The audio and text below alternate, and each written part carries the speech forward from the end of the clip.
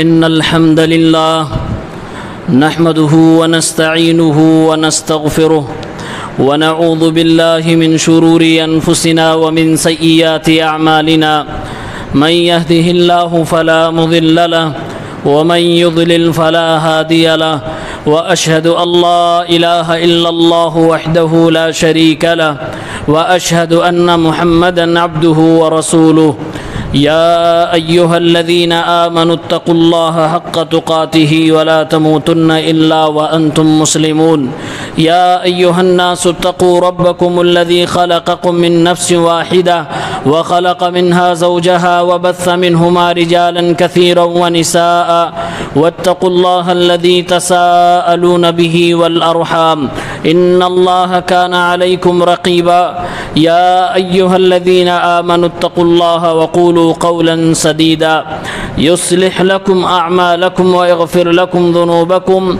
ومن يطع الله ورسوله فقد فاز فوزا عظيما أما بعد فإن خير الحديث كتاب الله وخير الهدي هدي محمد صلى الله عليه وسلم وشر الأمور محدثاتها وكل محدثة بدعة وكل بدعة ضلالة وكل ضلالة في النار أعوذ بالله من الشيطان الرجيم بسم الله الرحمن الرحيم يا أيها الذين آمنوا اركعوا واسجدوا واعبدوا ربكم وافعلوا الخير لعلكم تفلحون۔ حاضرین جمعہ، اسلامی بھائیوں، نوجوان ساتھیوں، عزیز بچوں،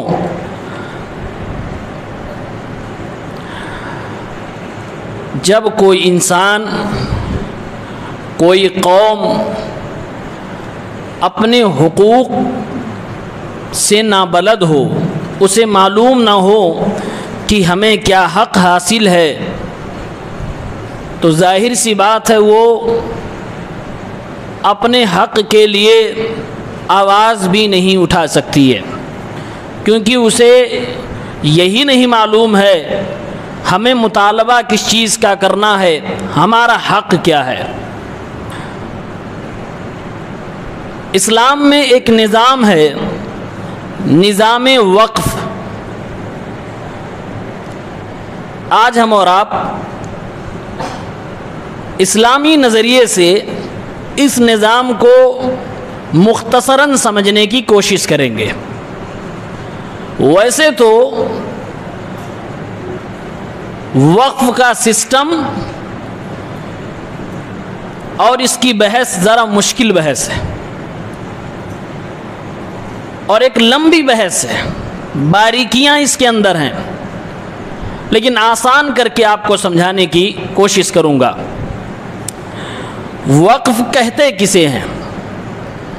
لغت میں وقف کے معنی ہوتے ہیں الحبس والمنع والتسبیل والتاخیر وغیرہ من المعانی۔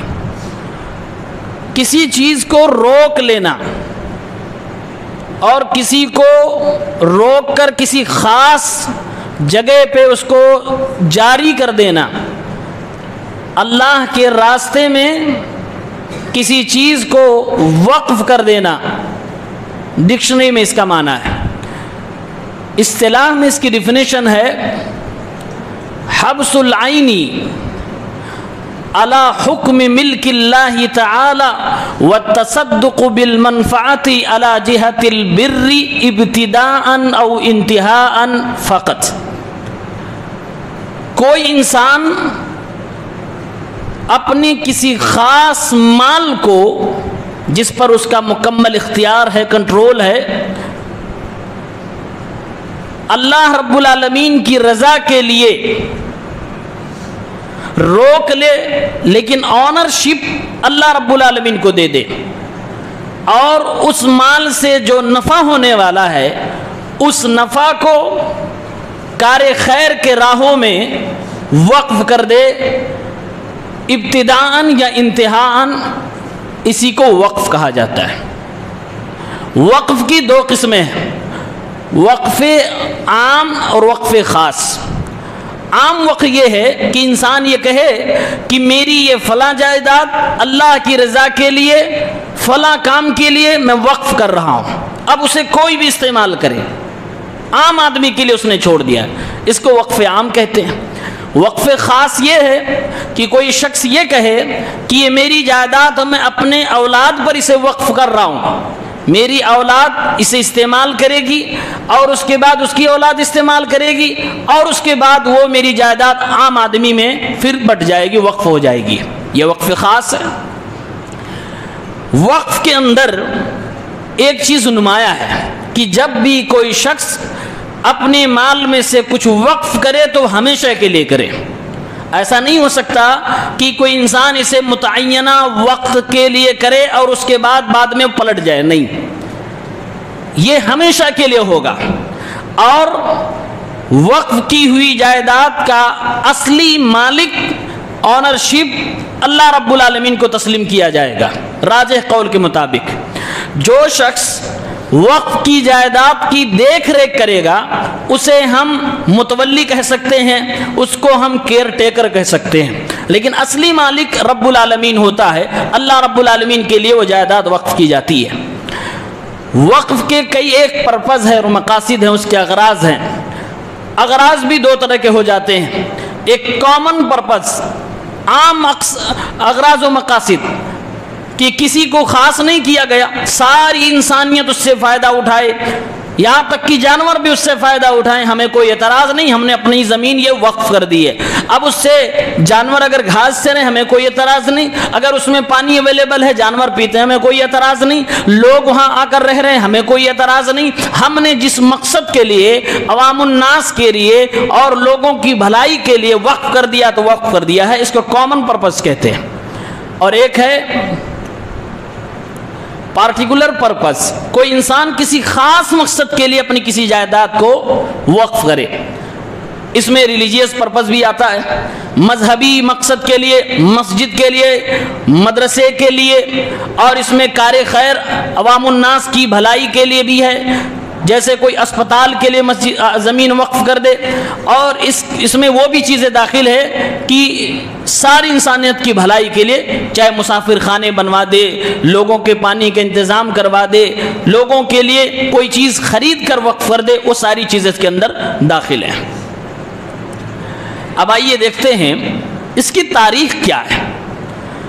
اگر ہم وقف کی تاریخ قرآن و سنت میں تلاشتے ہیں، بلکہ عرب دنیا میں دیکھتے ہیں، تو اسلام کے آنے سے پہلے ہی یہ چیز موجود تھی، لیکن اس کے اندر بڑی خامیاں تھیں، بڑی غلطیاں تھیں، بلکہ ظلم بھی اور جہالت بھی پائی جاتی تھی۔ جب اسلام آیا تو اسلام نے اس نظام کو پیوریفائی کیا اور اس کو پاک صاف اور ستھرا کر کے انصاف کے پانی سے دھل کر اس کو سماج کو دے دیا، اور اس کے بڑے فائدے ہوئے۔ جب اللہ کے نبی صلی اللہ علیہ وسلم کو دیکھتے ہیں تو سنن ابو داؤد کے اندر ایک روایت ہے 2697، اللہ کے نبی صلی اللہ علیہ وسلم کے پاس 3 بڑی زمینی پراپرٹی تھی، ایک بنو نذیر سے زمین ملی، اور ایک خیبر میں، اور ایک فدق کا مال۔ یہ 3 زمینی پراپرٹی آپ کی تھی۔ آپ صلی اللہ علیہ وسلم نے بنو نذیر کی پراپرٹی کو وقف کر دیا کہ جو بھی قدرتی آفات مصیبتیں نازل ہوں گی میری امت کے اوپر، لوگوں کے اوپر، اس میں سے اس میں خرچ کیا جائے گا۔ اور آپ صلی اللہ علیہ وسلم کے پاس جو فدق کی پراپرٹی تھی آپ نے اسے مسافروں کے لیے وقف کر دیا کہ مسافروں کے رہنے سہنے کا انتظام کیا جائے، مسافروں کے خرچے کھانے پینے کا انتظام کیا جائے، وہ پورا آپ نے خاص اس مقصد کے لیے وقف کر دیا۔ اور جو تیسری آپ کی زمینی پراپرٹی تھی اس کو آپ صلی اللہ علیہ وسلم نے 3 حصے میں بانٹا، 2 حصہ مسلمانوں کے لیے وقف کر دیا، عام مسلمانوں کے لیے، ایک حصہ اپنے اہل و عیال کے نان و نفقے کے لیے وقف کر دیا، اور اس میں بھی آپ نے فرمایا میرے اہل و عیال کے خرچے کے بعد اگر کچھ بچتا ہے تو فقیر مہاجرین میں اس کو تقسیم کر دیا جائے، میں اس کے لیے وقف کر رہا ہوں۔ اس کے علاوہ اللہ کے نبی صلی اللہ علیہ وسلم کے تعلق سے یہ بھی آتا ہے کہ آپ کے پاس 7 باغ تھے، 7 کے 7 آپ نے اللہ کی راہ میں وقف کر دیے تھے۔ آپ صلی اللہ علیہ وسلم کے پاس کچھ ایسا نہیں تھا جو آپ نے اپنی اولاد کے لیے چھوڑا ہو، ساری امت کے لیے آپ وقف کر کے گئے تھے۔ قرآن کریم میں اللہ رب العالمین نے اس کی طرف ہمیں رغبت دلائی ہے۔ آپ کے سامنے سورۃ الحج کی آیت نمبر 77 کی تلاوت ہوئی ہے۔ آج مسلمانوں میں بہت سارے مسلمان ایسے ہیں جن کے دل تو نرم ہیں، دل نرم ہے اور وہ سماج کے لیے کچھ بھلا کرنا چاہتے ہیں، جس کو آپ خدمت خلق کہتے ہیں، چیریٹی کا کام کرنا چاہتے ہیں، لیکن ایسے لوگوں کو ترجیحات کا علم نہیں ہے۔ یعنی کہ ہمیں صرف چیریٹی کا کام نہیں کرنا، ہمیں رب العالمین کی حقوق کی ادائیگی کے ساتھ ساتھ انسانیت کی فلاح بہبودی کا کام بھی کرنا ہے۔ یہ اللہ نے سورہ حج کی آیت نمبر 77 میں بیان کیا۔ فرمایا اللہ تعالیٰ نے، یا ایھا الذین آمنوا ارکعوا واسجدوا واعبدوا ربکم، اے ایمان والو رکوع کیا کرو، سجدے کیا کرو، اپنے رب کی عبادت کیا کرو، وَفْعَلُوا الْخَيْرَ لَعَلَّكُمْ تُفْلِحُونَ، خیر کے بھلائی کے کام کیا کرو، تم کامیاب ہو جاؤ گے۔ ترجیحات میں ہمارے یہی شامل ہونا چاہیے۔ ہر انسان، ہر مسلمان سب سے پہلے رب العالمین کا حق ادا کرے، اپنی نمازوں میں کوتاہی نہ کرے، اللہ کے لیے سجدے کرے، اللہ کے لیے رکوع کرے، اللہ کے لیے عبادتیں کرے، عبادت کے کاموں میں اپنے مال کو خرچ کرنے کی کوشش کرے۔ اور وہ بندہ جب اللہ کے حقوق سے کی ادائیگی سے فارغ ہو جائے، اس کے باوجود اس کے پاس دولت بچ رہی ہے تو اللہ رب العالمین کے بندوں پہ خرچ کرے۔ وَفْعَلُوا الْخَيْرَ لَعَلَّكُمْ تُفْلِحُونَ، بھلائی کے کام کیا کرو، کامیاب ہو جاؤ گے۔ اس آیت سے ایک منہج ملا۔ جو لوگ صرف خدمت خلق کر رہے ہیں اور یہ سمجھتے ہیں کہ ہم صحیح اور عین اسلام پہ عمل کر رہے ہیں، وہ غلط کر رہے ہیں۔ دونوں کو ہمیں ساتھ لے کے چلنا ہے۔ اللہ تعالیٰ نے پہلے اللہ کے حق کی بات کی ہے، پہلے اس میں آپ کو کھڑا اترنا ہے۔ سورہ آل عمران کی آیت نمبر 92 میں اللہ تعالیٰ نے فرمایا، لن تنالوا البر حتى تنفقوا مما تحبون، اے دنیا کے لوگوں، تم نیکی اور جنت اس وقت تک حاصل نہیں کر سکتے جب تک کہ اللہ کی راہ میں اسے نہ خرچ کرو جس کو تم پسند کرتے ہو۔ اس آیت مبارکہ سے بھی علماء نے استدلال کیا ہے اللہ کی راہ میں اپنی پراپرٹی وقف کرنے کے تعلق سے۔ سورہ بقرہ کی آیت نمبر 280 کے اندر آیا، وَإِن كَانَ ذُو عُسْرَةٍ فَنَظِرَةٌ إِلَىٰ مَيْسَرَةٍ وَأَن تَصَدَّقُوا خَيْرٌ لَّكُمْ إِن كُنتُمْ تَعْلَمُونَ، اگر کسی نے تم سے قرض لے رکھا ہے اور قرض دینے کی ٹائمنگ بھی فکس کر رکھی ہے لیکن وقت متعینہ پہ تمہارا قرض نہ دے سکے، قرآن کریم کہتا ہے اگر وہ انسان سچ میں مجبور ہے تو اس کی مجبوری کا فائدہ نہ اٹھاؤ، یعنی کہ سود پہ سود نہ بڑھایا کرو۔ اللہ نے فرمایا فَنَظِرَةٌ إِلَىٰ مَيْسَرَةٍ، جب تک وہ آدمی تنگی سے نکل نہ جائے، جب تک وہ خوشحالی کے دنوں میں نہ آ جائے، اس کو مہلت پہ مہلت دیتے رہو۔ وَأَن تَصَدَّقُوا خَيْرٌ لَّكُمْ إِن كُنتُمْ تعلمون، اور اگر تم صدقہ کر دو یعنی کہ وہ قرض معافی کر دو تو تمہارے لیے بہت ہی بہتر ہے۔ اس آیت میں بھی اللہ تعالیٰ نے جاہلیت کے ایک رسم کو مٹایا ہے، کہا یہ ظلم ہے کہ کسی کو قرضہ دو اس اوپر سے آپ انٹرسٹ لو، سود لو، یہ ظلم ہے۔ بلکہ اسلام کہتا ہے کہ جتنا ہو سکے اپنا کلیجہ بڑا کرو، اسے معاف کرنے کی کوشش کرو، اور اگر مہلت پہ مہلت دیتے رہو، اگر دل بہت بڑا تو معاف کر دو۔ اور اس کی بڑی فضیلتیں آئی ہیں، یہ ایک مستقل موضوع ہے قرض اور سود کا، کبھی انشاءاللہ اس پر ذکر ہوگا۔ ان تینوں آیتوں سے علماء کرام نے وقف کرنے کے سلسلے میں استدلال کیا ہے۔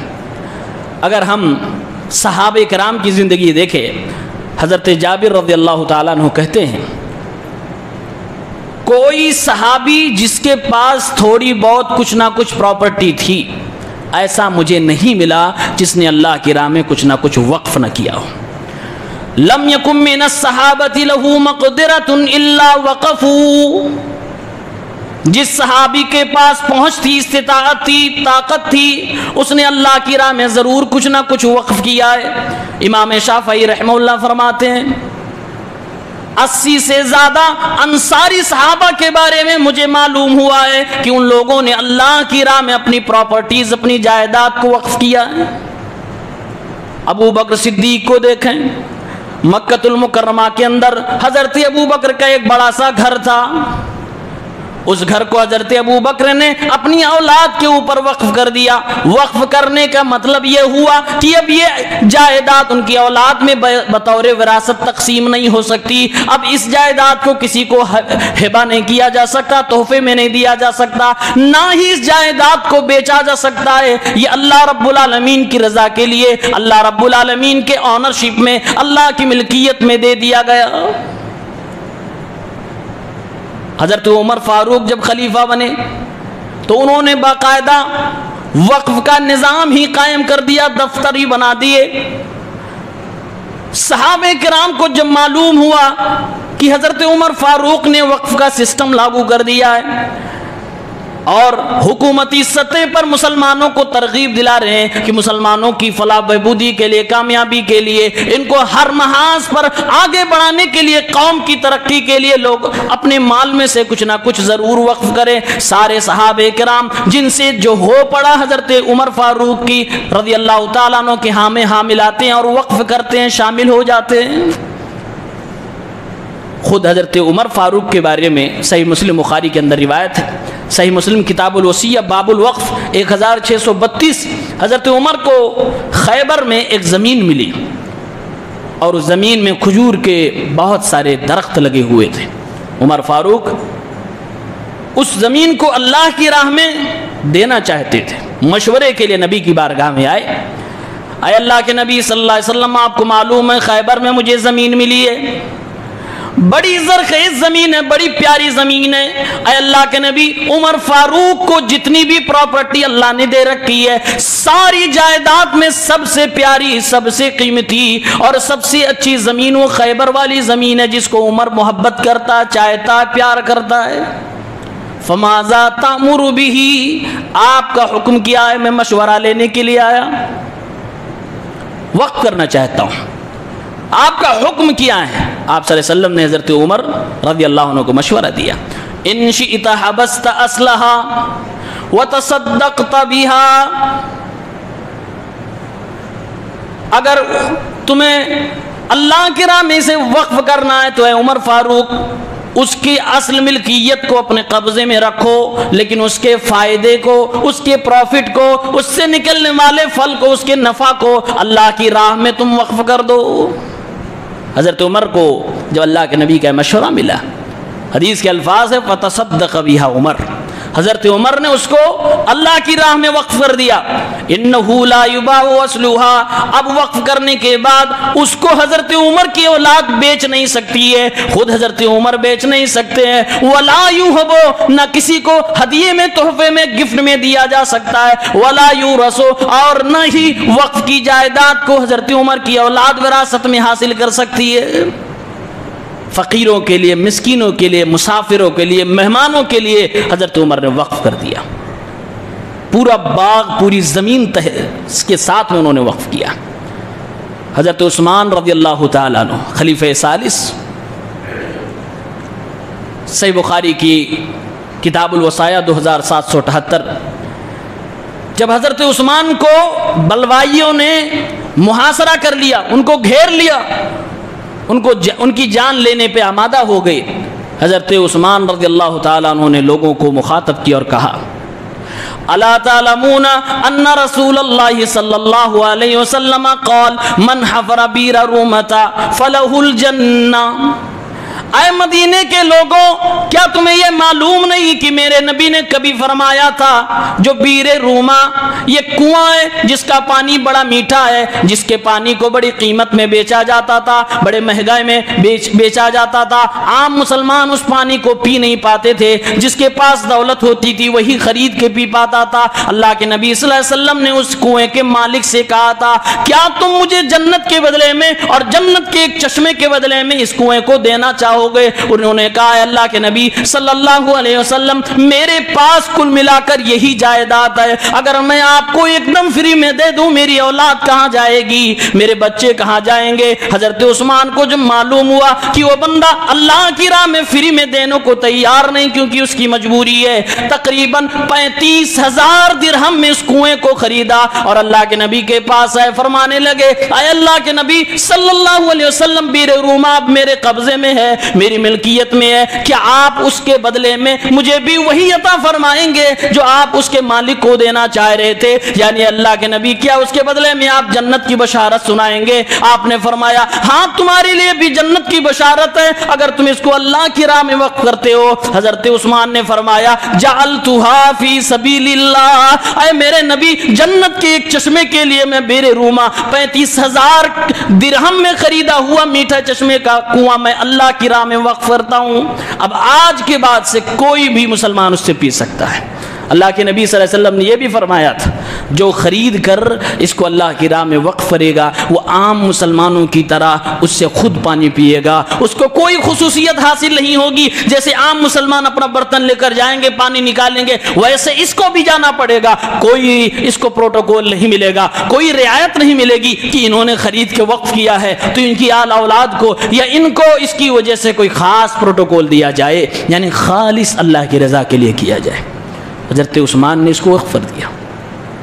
حضرت علی رضی اللہ تعالیٰ عنہ کو دیکھیے, عمر فاروق رضی اللہ عنہ کی جب خلافت تھی حضرت علی کو قلعہ بند نخلستان حضرت عمر نے دیا تھا, یعنی ایک ایسا باغیچہ کھجور کا جس کے چاروں طرف دیواریں تھیں, قلعہ کی طرح مضبوط دیواریں تھیں, پورا باغ بھی ہے زمین بھی ہے, قلعہ بند نخلستان ہے. علی رضی اللہ تعالیٰ عنہ نے جب اس نخلستان کو اپنے قبضے میں لے لیا, ان کو بتایا گیا کہ اس کے اندر بہت میٹھے پانی کے چشمے بھی ہیں, حضرت علی خوش ہو گئے. ان کو بتایا گیا کہ اس کے بغل میں زمین ہے جو بک رہی ہے, حضرت علی نے اس کو بھی خرید لیا.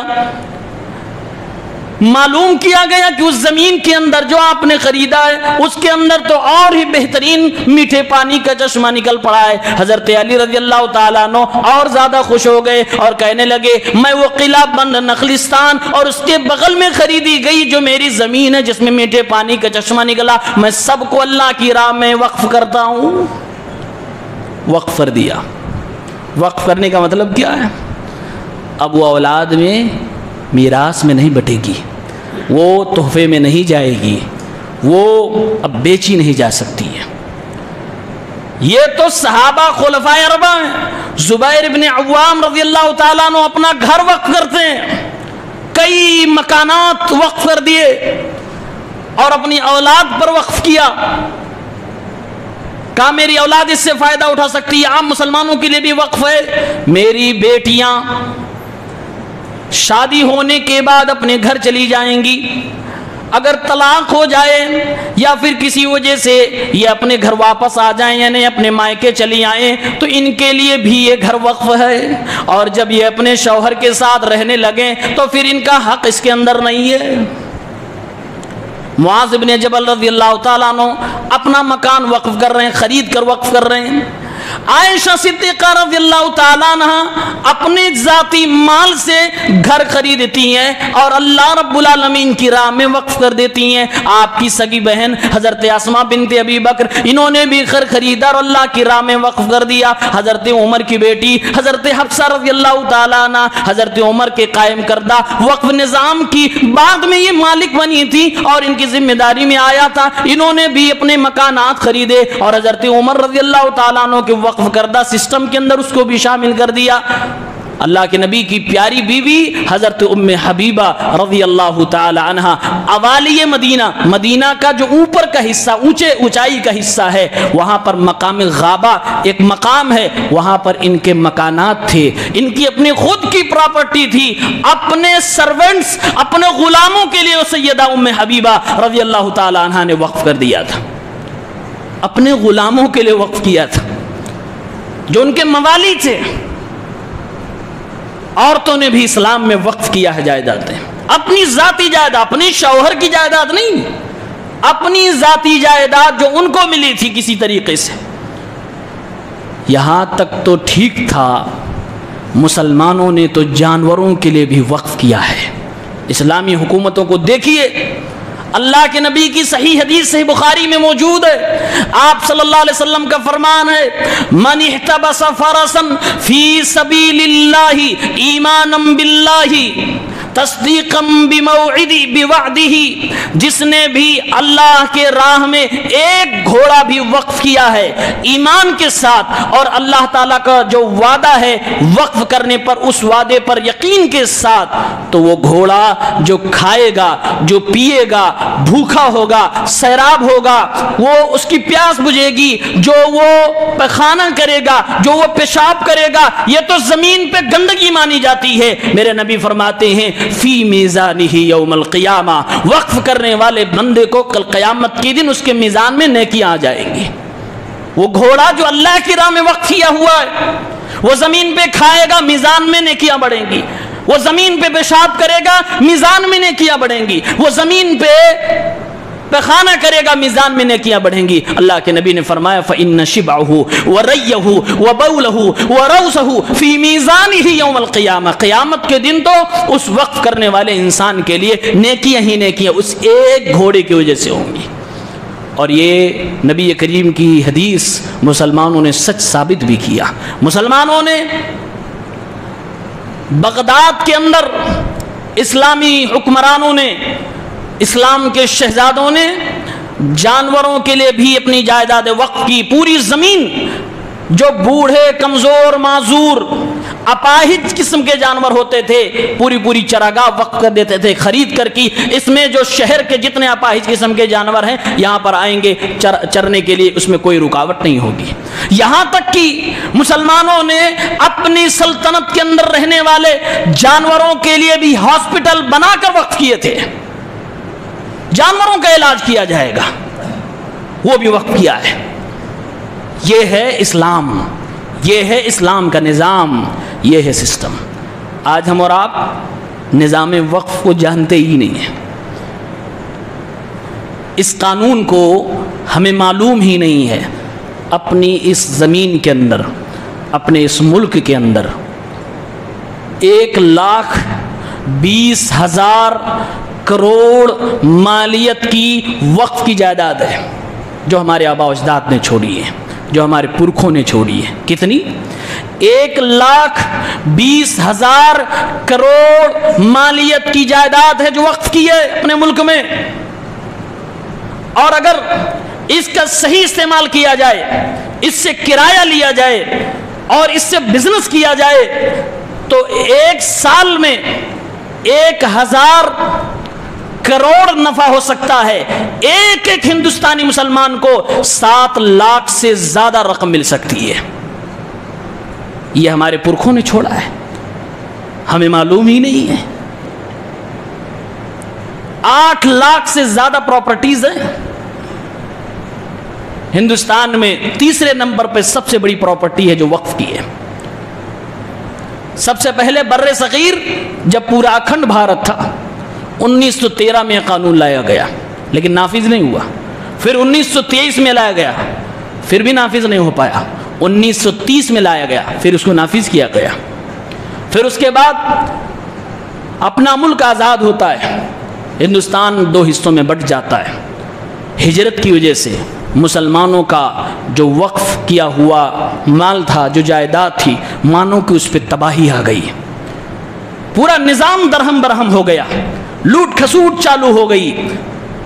پھر آزاد ہندوستان میں، آزاد پارلیمنٹ میں 1954 میں مولانا ابوالکلام آزاد اور ان کے ساتھ دیگر علماء کرام اور عمائدین ملت وقف کے سسٹم کو پھر سے منظوری دلواتے ہیں اور اس کے بعد اس کو پھر سے سرکشت کیا جاتا ہے۔ پھر 1984 کے اندر اس میں امینڈمنٹ کیا جا رہا، ترمیم کیا گیا۔ پھر اس کے بعد 10 سال تک اس کا سسٹم درہم برہم تھا، اس میں سیندھ لگائی جانے لگی۔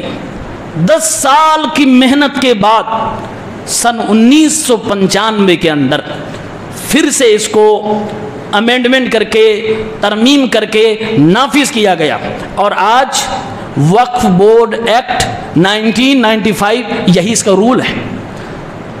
آپ سنویدھانک اس کا نام کیا ہے؟ دا وقف ایکٹ 1995 یہی اس کا سنویدھانک نام ہے، اور یہی اصول و ضوابط ہے، یہی اس کے قوانین ہیں. اور اس قانون میں وہی چیز لکھی ہوئی ہے جو ہماری شریعت میں ہے کہ وقف کی کسی بھی پراپرٹی کو نہ قانوناً بیچنا جائز ہے اور نہ شریعت میں اس کو بیچنا جائز ہے. اپنا ملک بھی، اپنا سنویدھان بھی کہتا ہے اس کو بیچنا جائز نہیں ہے، اور شریعت میں تو ہے ہی کہ اللہ کے نام پر آپ نے وقف کیا، اس کو کوئی بیچ نہیں سکتا. واضح حدیثوں میں لا یباع اصلہ، اس کو بیچا نہیں جا سکتا.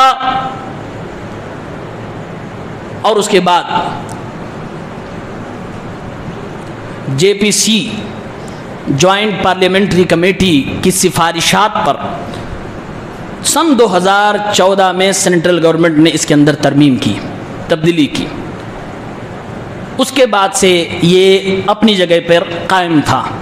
اب پھر یہ مسئلہ اٹھا ہے، اس میں پھر سے امینڈمنٹ اور ترمیم کرنے کی بات کہی جا رہی ہے.